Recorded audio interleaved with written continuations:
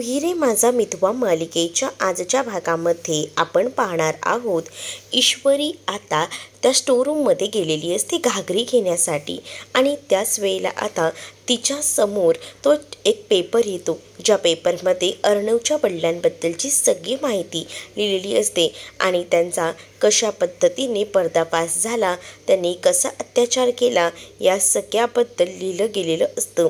आणि तो पेपर आता तिच्या हाती लागल्यावर ती आता विचार करत असते की हे सगळं काय आहे नेमकं, तिला कळत नसतं आणि त्यामुळे आता ती मोठ्या संभ्रमात अडकते. आणि त्यात स्टोरूममध्ये लाईटही नसते, त्यामुळे तिला त्या पेपरवर नेमकं काय लिहिलंय हे सुद्धा वाचता येत नसतं आणि त्यामुळे आता ती खूप मोठ्या द्विधा मनस्थितीत अडकलेली असते आणि तिलाही कळत नसतं की आता यावर कसा मार्ग काढायचा ते. मग काय, ती तो पेपर घेते आणि लगेच तिकडनं निघते. तर दुसरीकडे मात्र आता पाहायला मिळतं की इथे अर्णव एकटाच विचार करत बसलेला असतो. अर्णवच्या डोक्यात अनेक विचार सुरू असतात, त्यालाही आता काहीच कळत नसतं की काय करावं आणि काय नको ते. तो एकदमच टेन्शनमध्ये असतो.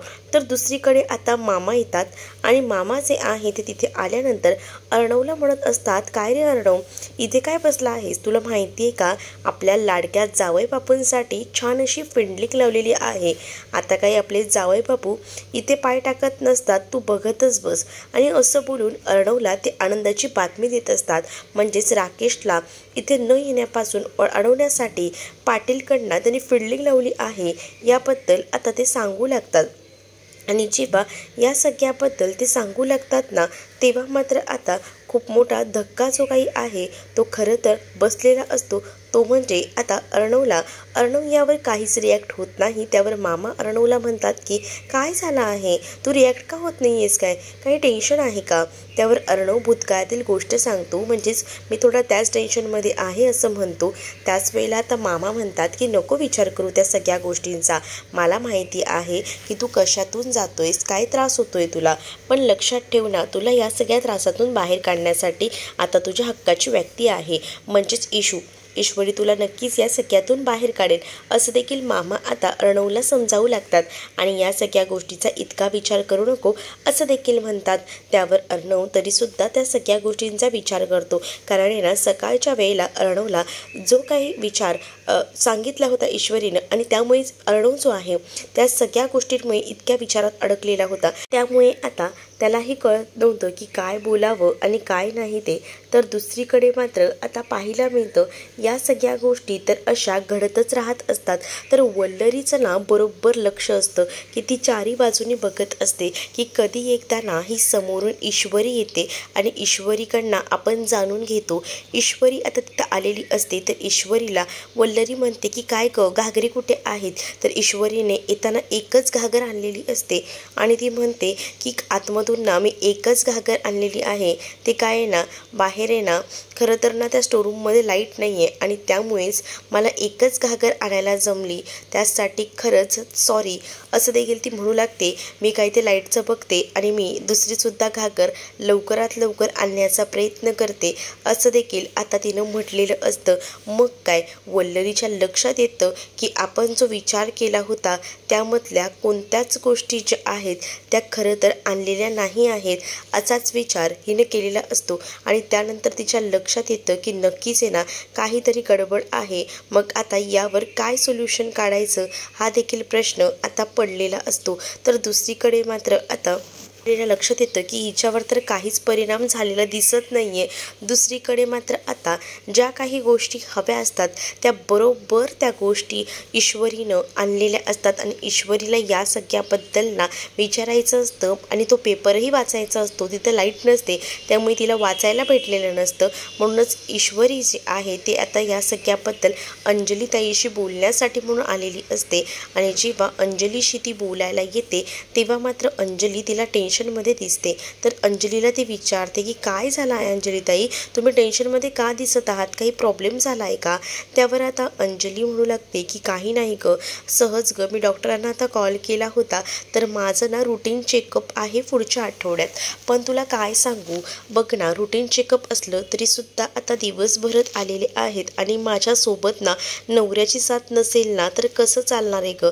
मला ना हे हवे होते पण बघ ना हे अजूनही आलेले नाही आहेत ना.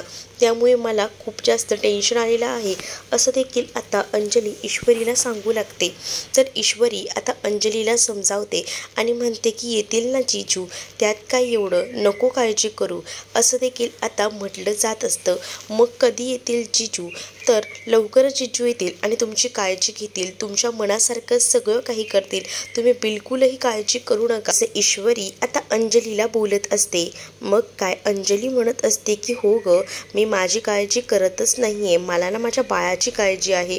आणि बघ ना, हे सुद्धा आलेले नाही आहेत, मला ना तेच टेन्शन आलं आहे, कसं होईल सगळं माझं, मी ऐन वेळेला या सगळ्या गोष्टी मॅनेज करू शकेन का, हा सगळा विचार आहे ना मनामध्ये तिच्या येत असतो. आणि म्हणूनच ना आता त्या सगळ्या गोष्टींचा विचार करत असतानाच आता तुमचं बाळ आहे ना एकदम दष्टपुष्ट मस्त होणार आहे, असं देखील ईश्वरी आता म्हणू लागते.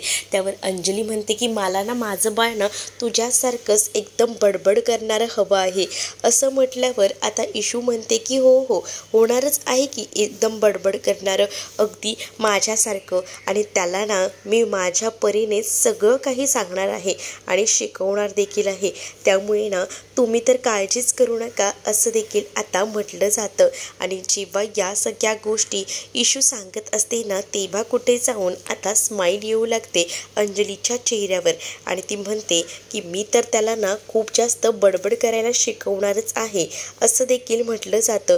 त्यावर आता अंजलीच्या लक्षात येतं की तिने गोळ्या खाल्ल्या नाही आहेत. मग ती म्हणते की मी जरा येते, हां मला गोळ्या खायला लागतील, पटकन जाऊन गोळ्या खाते आणि येते, असं बोलून ती गोळ्या खायला जाते. मग काय ईशूने तो विषय देखील आता तिच्यासमोर काढलेला नसतो. ईशूला वाटतं की आता मी पुन्हा या सगळ्याबद्दल काहीतरी बोलत बसेन तर या सगळ्या गोष्टीचा अंजलीताईला त्रास होईल, त्यापेक्षा आपण या सगळ्या गोष्टींपासून थोडं अंजलीताईंना अलिप्तच ठेवूया, या सगळ्याचा शोध आपण आपल्या परीने घेऊया, असा विचार देखील आता करत असतो.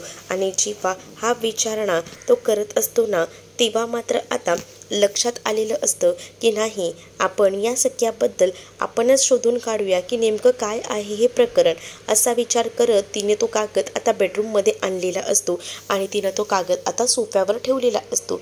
आणि तिला ना आता फ्रेश व्हायला वॉशरूमला सुद्धा जायचं असतं. आधीच तिच्यामुळे सकाळी अर्णव खूप जास्त डिस्टर्ब झालेला होता आणि आता या अर्णवच्याच बेडवर तिने हा पेपर आणून ठेवलेला असतो. आणि त्यामुळे आता तिला विचारपूस करायची असते या सगळ्याची की नेमकं काय आहे काय नाही. आणि त्याच गोंधळामध्ये ती आता बराच विचार करत अडकलेली असते. पण नंतर आहे ना ती आता वॉशरूमला जात असते, तिचा आपलं टॉवेल वगैरे घेते आणि ती आतमध्ये जाते. तर दुसरीकडे मात्र आता अर्णव जो आहे तो बेडरूममध्ये तिथं आलेला असतो. आणि अर्णव जेव्हा बेडरूममध्ये येतो ना, तेव्हा मात्र आता अर्णवचं समोर सोफ्यावर असलेल्या त्या कागदाकडे लक्ष जातं.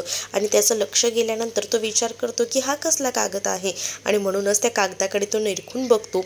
त्यानंतर त्या कागदाच्या जवळ जातो, त्यावेळेला त्याला त्याच्या वडिलांची ती बातमी दिसते. आणि त्याच्या वडिलांची ती बातमी त्याला दिसल्यामुळे त्याचा अजूनच संताप होऊ लागतो, कारण त्याने आजच सकाळी ईश्वरीला सांगितलेलं होतं की तू या सगळ्यामध्ये पडू नकोस, आणि तरीसुद्धा ईश्वरी जाणून बुजून या सगळ्या गोष्टींमध्ये पडत होती, हे त्याला आता जाणवू लागलेलं असतं. आणि तो पेपर बघून त्याचा खूपच जास्त संताप होतो, कारण त्यामध्ये त्याच्या वडिलांची ती बातमी असते की ज्यामुळे त्याच्या आईने आत्महत्या केलेली असते. आणि त्याला तो लहानपणीचा प्रसंगसुद्धा आठवतो की ज्या वेळेला हे सगळं घडलं होतं, आई आणि बाबा दोघंही जण एकत्र बोलत होते. आणि त्यावेळेला आई बाबांना रिक्वेस्ट करत होती की तुम्ही त्या बाईला एवढं का जवळ केलं, आणि या सगळ्याबद्दल बोलत होती. खरं तर ती बाई दुसरी कोणी नसून सुप्रिया होती. आणि सुप्रियाला सुद्धा तळतळाट दिलेला होता तो म्हणजे आता अर्णवच्या आईनं. आणि या सगळ्या गोष्टींमुळेच तिने स्वतःला संपवून घेतलेलं होतं गैरसमजुतीमुळे. आणि हा सगळा प्रसंग ना अर्णव आणि अंजलीला नेहमीच लक्षात राहणारा होता. आणि अर्णवला सारखं तेच आठवतं तो पेपर बघून सुद्धा. आणि त्यामुळे अर्णव ना आता या सगळ्या गोष्टीचा विचार करतो. दुसरीकडे आता ईश्वरी त्याच्या मागे येऊन उभी राहिलेली असते. आता ईश्वरीवर तो भडकतो आणि तिला म्हणतो की तुला सकाळी सांगितलं होतं मी या सगळ्याबद्दल माझ्यासमोर पुन्हा वाच्यता करू नकोस, आणि तरीसुद्धा तू तेच करत आहेस. मला ना तुझी ही गोष्ट बिलकुलही आवडली नाही आहे, तू हे सगळं जाणून बुजून करतेस का, असं देखील आता म्हटलं जात असतं. त्यावर आता ईश्वरी शांत असते. ईश्वरी ईश्वरीला आता अर्णव म्हणतो की मला माहिती आहे हे सगळं करून आहे ना तुला खूप जास्त आनंद होतोय, पण लक्षात ठेव हे सगळं ऐकण्याचा करण्याचा तुला बिलकुलही हक्क नाही आहे. मी तुला पहिल्यांदाच सांगतोय, बिलकुलही माझ्या भूतकाळामध्ये डोकवायचा प्रयत्न करू नकोस. असं देखील आता अर्णव जो आहे तो ईश्वरीला रागारागात बोलू लागतो. त्यावर आता ईश्वरीसुद्धा भडकते. ईश्वरी म्हणत असते, मी का सगळं काही मुद्दामून करू, मला मुद्दामून करण्यामध्ये कोणताही इंटरेस्ट नाही आहे. मग अर्णव म्हणतो की सकाळपासून बघतोय, सकाळी तू त्या सगळ्या गोष्टी खोदून खोदून काढायचा प्रयत्न केलास आणि आताही तू तेच करतेस आणि म्हणूनच मला या सगळ्या गोष्टी तू जाणून बुजून करतेस हे सगळं मला जाणवत आहे. असं देखील अर्णव आता बोलू लागतो. त्यावर आता ईश्वरी म्हणत असते की तुम्हाला काय वाटतं, तुम्ही काही बोलाल आणि मी सगळं काही ऐकून घेईन, तर हा तुमचा गैरसमज आहे. हां, तुम्ही म्हणताय ना मी कोण आहे, मग तुम्ही जेव्हा माझ्यावर जबरदस्ती करून इथे लग्न करून आणलं तेव्हा कोणत्या विचाराने आणलं तो, आणि तुम्ही मला म्हणताय का मी कोण आहे या सगळ्यामध्ये तुम्हाला विचारणारे. मग तुम्हीही लक्षात ठेवा हां, मी कोण आहे आणि तुम्ही कोण आहात. आणि राहिला प्रश्न या सगळ्या गोष्टींचा, म्हणजेच मी हा पेपर तिथून मिळवला, मला काही माहिती होतं या सगळ्याबद्दल काय आहे काय नाही, मी फक्त वाचण्यासाठी म्हणून आणला आणि यावर सुद्धा तुम्ही माझ्यावर आरोप करताय की हे सगळं मी मुद्दामून केलं आहे. मी का म्हणून सहन करू हे सगळे तुमचे आरोप. मी कोणतीही गोष्ट जाणून बुजून केलेली नाही आहे आणि मला त्या सगळ्या गोष्टींमध्ये जास्त इंटरेस्टही नाही आहे, पण मलाही वाटतं ना की काहीतरी आहे की जी गोष्ट माझ्यापासून लपवली जाते, मग मला त्या गोष्टीबद्दल जाणून घ्यायला नको का. असं देखील ईशू आता अर्णवला म्हणत असते. आणि तुम्ही सरळ मला म्हणताय की मी जाणून बुजून केलंय. मग आता अर्णवही शांत बसत नाही. यांचाही वाद आता विकोपायला पेटलेला असतो.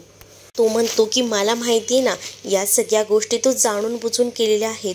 तुला काय वाटतं मला कोणत्याच गोष्टी कळत नाहीत का, मला सगळं कळतं. असं देखील आता तो रागारागात म्हणू लागतो. तरीसुद्धा आता ईश्वरी शांत बसत नाही आणि ईश्वरी जे आहे ते आता खूप जास्त वाद होऊ लागतात. त्यामुळे अर्णवच आता विचार करतो की हे वाद असेच वाढत जातील आणि त्यामुळे ना आपण जे आहे ते इथून निघून जायला हवं. त्याशिवाय आपल्याकडे दुसरा कोणताही ऑप्शन नाही आहे. तर दुसरीकडे ईश्वरीही म्हणत असते की मलाही ना तुमच्याशी भांडण्यात ना कोणताही इंटरेस्ट नाही आहे, कारण मलाही इतर कामं आहेत. आज खाली प्रोग्राम आहे आणि त्याचसाठी मलाही छान तयार होऊन जायचं आहे. पण लक्षात ठेवा, विनाकारण आहे ना कोणतेही आरोप मी सहन करणार नाही, कारण आजकाल मी साधारण सगळं बघते की तुम्ही ना मुद्दामून माझ्यावर कसले ना कसले आरोप करताय आणि तुम्हाला असं वाटत असेल की सगळं काही मी सहन करेन, तर हा तुमचा गैरसमज आहे. दुसरीकडे मात्र आता सगळी तयारी आकाश व्यवस्थित लक्ष देऊन करत असतो आणि तेवढ्यातच ना आता अर्णवही खाली आलेला असतो. अर्णव जेव्हा आता खाली येतो तेव्हा मात्र आता तो इकडे तिकडं पाहू लागलेला असतो आणि ज्या वेळेला आता तो इकडे तिकडे पाहतो त्यावेळेला आता त्याच्या लक्षात येतं की इथे तर आकाशही आहे. मग आकाश अर्णवला म्हणत असतो की काय झालं आहे, आपल्याला ना इथे आता जास्त वेळ थांबता येणार नाही, खास करून तुला, आणि त्याचसोबत तू ना एक काम कर, स्वतःला रूममध्ये बंद करून घे, त्यामुळेच तुझं भलं आहे. त्यावर अर्णव म्हणतो की असं का म्हणतोयस तू, तर आज हा प्रोग्राम जो आहे ना तो बायकांचा आहे आणि त्या बायकांच्या प्रोग्राममध्ये आपल्याला काही एंट्री नाही आहे, त्यामुळे तुला ना स्वतःला रूममध्ये बंद करून घ्यावंच लागेल, असं देखील आता म्हटलं जातं. आणि जेव्हा या सगळ्या गोष्टी आकाश सांगतो ना तेव्हा आकाशला अर्णव म्हणतो की काय रे, मग तू काय करणार आहेस. तर आकाश म्हणतो की मला ना ऑलरेडी कामाला लावलेलं आहे, ती कामं मला करायचेत, त्यामुळे मी कुठेही जाऊ शकत नाही, असं देखील तो म्हणू लागतो. दुसरीकडे मात्र आता वल्लरी अर्णवला म्हणत असते की अर्णव काय झालंय, तुझ्या चेहऱ्यावर बघून मला नक्कीच काहीतरी झालेलाचा फील येतोय. दुसरीकडे राकेश जो आहे तो मात्र आता विचार करत असतो आणि त्यानं आता ठरवलेलं असतं की आतापर्यंत आपण बऱ्याच गोष्टी सहन केल्या, पण आता नाही, आता काही झालं तरीसुद्धा या अर्णवला त्याची जागा दाखवायला हवी. त्या अर्णवला असं वाटतंय की तो या सगळ्यामध्ये जिंकलेला आहे, पण तो जिंकलेला नाही आहे आणि त्याला मी जिंकूही देणार नाही, कारण या सगळ्यावर फक्त आणि फक्त माझा अधिकार आहे. मिस इंदौर म्हणजेच माझी जिलेबी फक्त माझी होती आणि ती जिलेबी मी मिळवूनच राहणार, असं देखील आता तो रागारागात म्हणत असतो. आणि जेव्हा तो हे सगळं काही म्हणतो ना तेव्हा मात्र त्याने आता निर्णय घेतलेला असतो की पुन्हा एकदा राजश्रीकेंच्या घरी जाऊन राडा करायचा आणि अगदी त्याच पद्धतीने सगळ्या काही गोष्टी ज्या आहेत त्या त्याने करायच्या ठरवलेल्या असतात. तर दुसरीकडे मात्र अर्णव जोरा टेन्स आहे हे कुठेतरी का होईना कळलेलं असतं आणि त्यामुळेच आता वल्लरी जी आहे ती अर्णवला म्हणत असते की काय झालं आहे अर्णव, तुझ्या बायकोचं काही वाद झालेत का?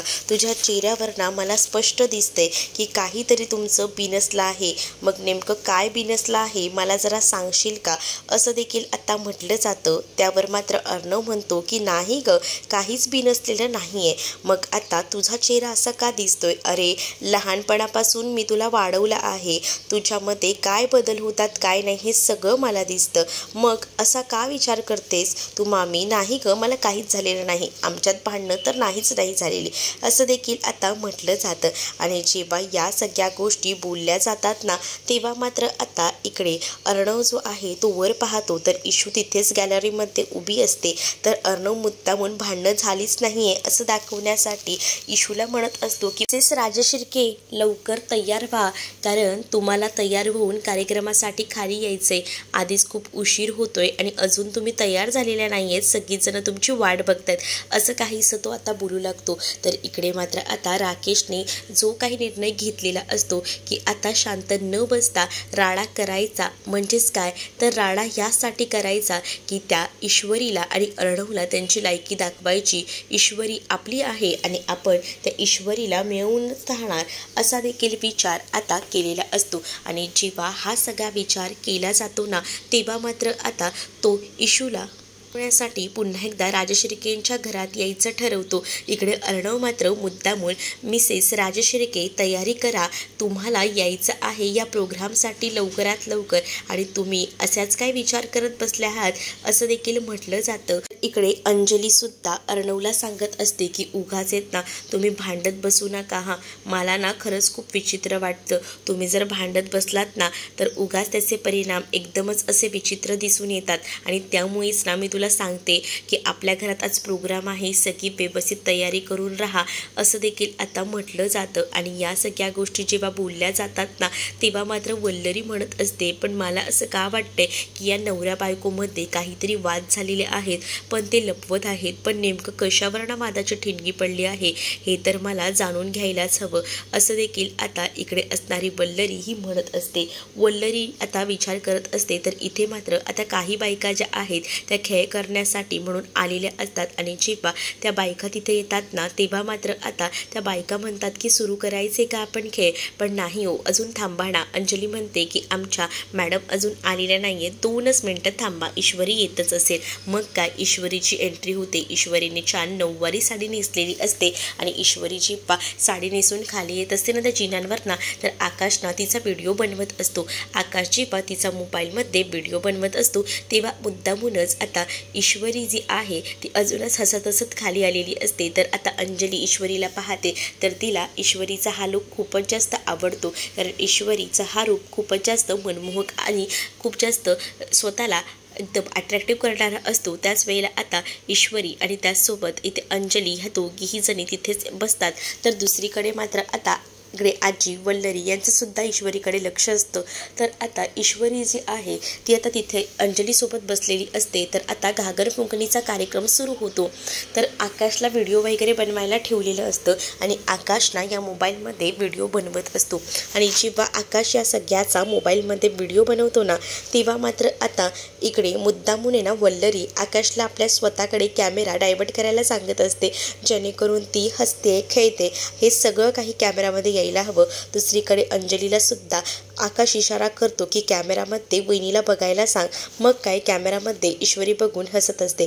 त्यांचं खूप सुंदर असा हा घागर फुंकणीचा कार्यक्रम आता सुरू असतो. तर आता हे सगळे कार्यक्रम सुरू तर असतातच, तर इकडे मात्र इशू खूप जास्त आनंदात असते आणि हा घागर फुंकणीचा कार्यक्रम एकदमच जोशात एकदम जोरजोरात होत असतो.